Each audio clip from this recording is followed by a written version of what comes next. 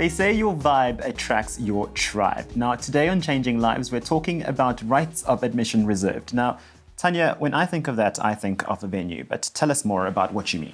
I often create stories and anecdotes to help unpack neuroscience, because otherwise my students sit and they're in a biology lesson and I can guarantee that they're going to switch off and I'm going to lose them. And also, when I do my events, my intention is always to try and help people pay it forward.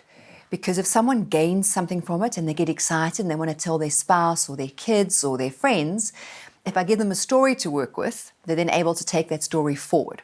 So I created the shopping mall and the coffee shop to understand the subconscious, superconscious mind and the conscious mind.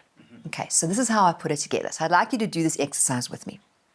I'd like you to visualize the biggest shopping mall you've ever been to. Okay, you looked up, so you are visual. Yes. Yes.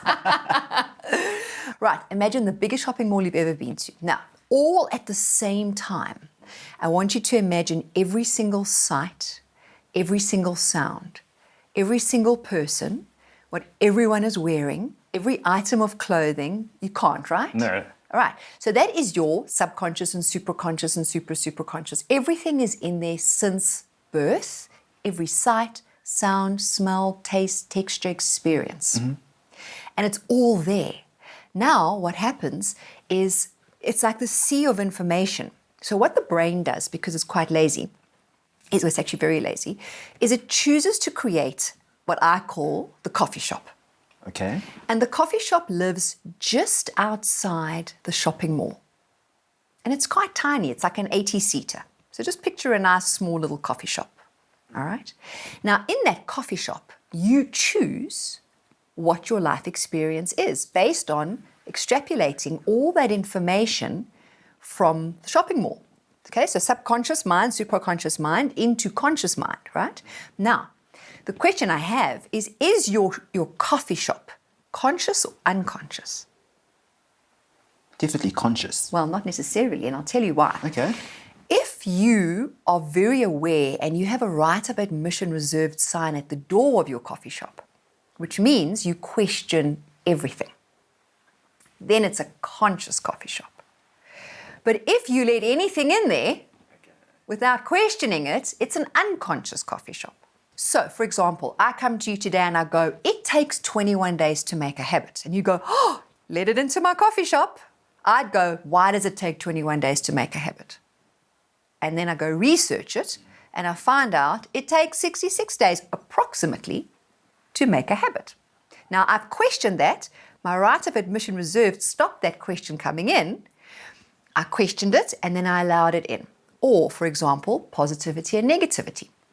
Someone comes up to me and they go, oh, I've got to tell you this. I go, is it going to make me feel good or is it going to make me feel bad? And they go, it's going to make you feel bad, but. And I go, you know what? Save it, tell someone else. I don't need that kind of information in my coffee shop. Thank you. It's a happy coffee shop. I understand, because I'm a neuroscience coach, that the importance of being happy, the importance of being positive, the importance of having a high vibrational energy, because that's going to help my body send the hormones out, which are going to enable me to have attentional awareness. Okay, so being positive and questioning what goes into your coffee shop determines your life experience. Okay, so you're actually totally in control of your life. So victim, why me? That's because you're not in control of your coffee shop. And how do you sort that out? You question everything. You empty out your coffee shop. You do a quick spring clean. And then you add in all the positive stuff to reboot. So you literally want to delete everything in the cache, reboot the computer, and have a happy coffee shop.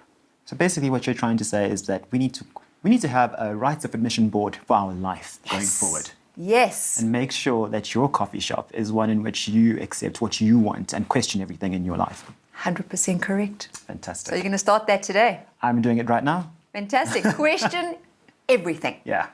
Fantastic. Thank you so much. Thank you.